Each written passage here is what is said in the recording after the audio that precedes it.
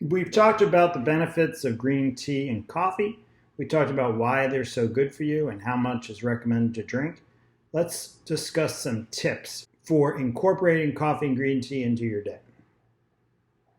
So, this is what I personally do, but how you handle this is up to you. So, what I do is I have these two Nalgene bottles and I fill them to the 16-ounce mark with water and put them in the freezer.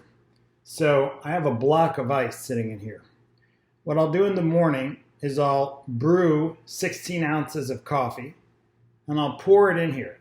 It's pretty hot. It's the summer in California, so I like coffee iced. In the winter, I'll have hot coffee, but let's not talk about that right now. So for the winter or for the summer, I'll pour 16 ounces of coffee on this block of ice, take it with me to work, and I can drink it. It's iced coffee, and the block of ice lasts all morning. Has an advantage over making ice cubes, which is just a lot of extra work.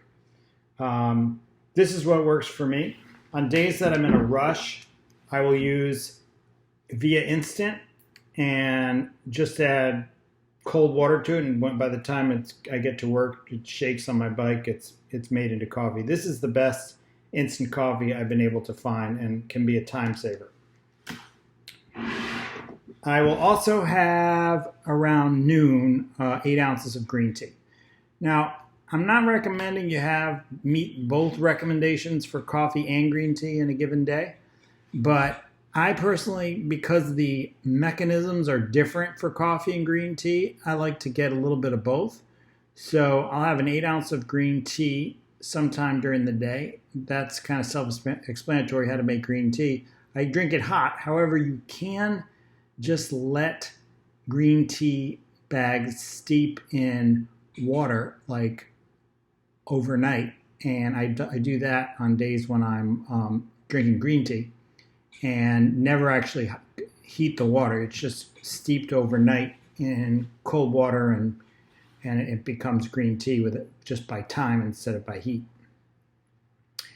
In the afternoon, I'll have another 8 ounces of coffee, and we're talking about I'll put an espresso, I'll use a shot of espresso and just put it over ice, or I'll have a cup of hot coffee by itself. You can drink a shot counts as a cup, and I also want to mention that I don't drink coffee within 6 hours of bedtime. So my bedtime